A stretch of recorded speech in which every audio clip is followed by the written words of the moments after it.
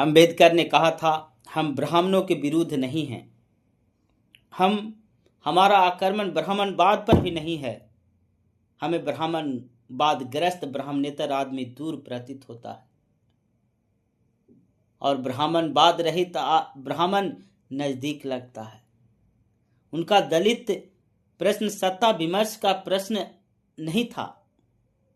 इसलिए वे यह भी कहते थे कि अस्पृश्य लोग भी आपस में अब तक छूत छात मानते हैं। ब्राह्मणों से भी बड़ा प्लेग हमारे अंदर है।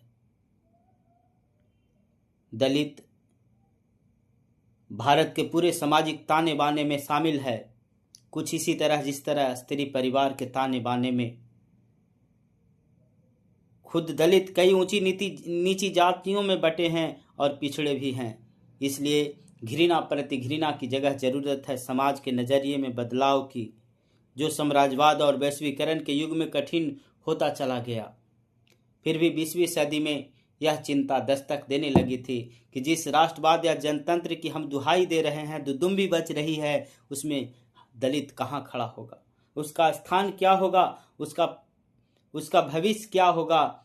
इसी तरह दलित चेतना में साम्राज्यवाद विरोध और जनतंत्र की कितनी जगह होगी। इसी को देखकर सरकार ने SC/ST कानून लाया था कि उनको उनके जाति के नाम लेकर, उनका समाज को नाम लेकर प्रताड़ित किया जाएगा तो उनके ऊपर SC/ST मुकदमा लगाया जाएगा।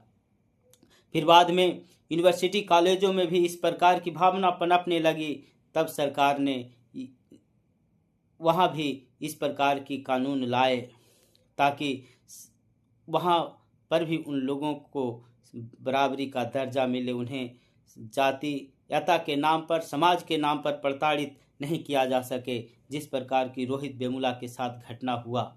सुप्रीम कोर्ट ने सरकार को आदेश दिया कि आप एक नए प्रकार की कानून में सुधार करें, एक नए प्रकार की कानून बनाएं जो इस प्रकार की घटनाओं को रोकने में सहायता करे, मदद करे। तो सरकार ने जिस प्रकार एक यूनिवर्सिटी ग्रांट कमीशन में UCC बिल लाया है, ये बहुत ही ज्वलंतकारी, लाभकारी और परिवर्तनकारी साबित होगा। इसको भी लेकर कुछ लोगों के भावनाओं, कुछ लोगों इसको भी विरोध करने पर उतर गए हैं।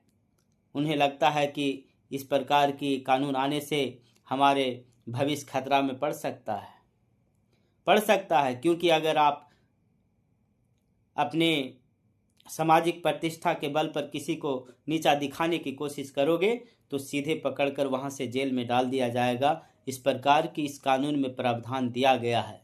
इसलिए मेरे दोस्तों, आप लोग बढ़ चढ़कर इस कानून की समर्थन करो और सरकार का भी साथ दो। तभी तो किसी ने कहा था कि मुश्किलों से भाग जाना आसान होता है। ये युवाओं के लिए है, आप लोगों के लिए है। मुश्किलों से भाग जाना आसान होता है, जिंदगी का हर पहलू इम्तिहान होता है। डरने वालों को मिलता नहीं कुछ जिंदगी में, डरने वालों को मिलता नहीं कुछ जिंदगी में, लड़ने वालों के कदमों में जहां होता है। मुश्किलों से भाग जाना आसान होता है, जिंदगी का हर पहलू इम्तिहान होता है। इसलिए मेरे दोस्त, आप लोग सभी बढ़ चढ़कर इस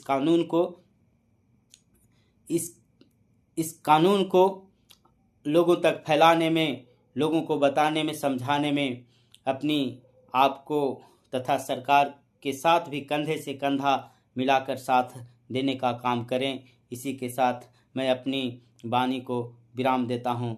थैंक यू, धन्यवाद।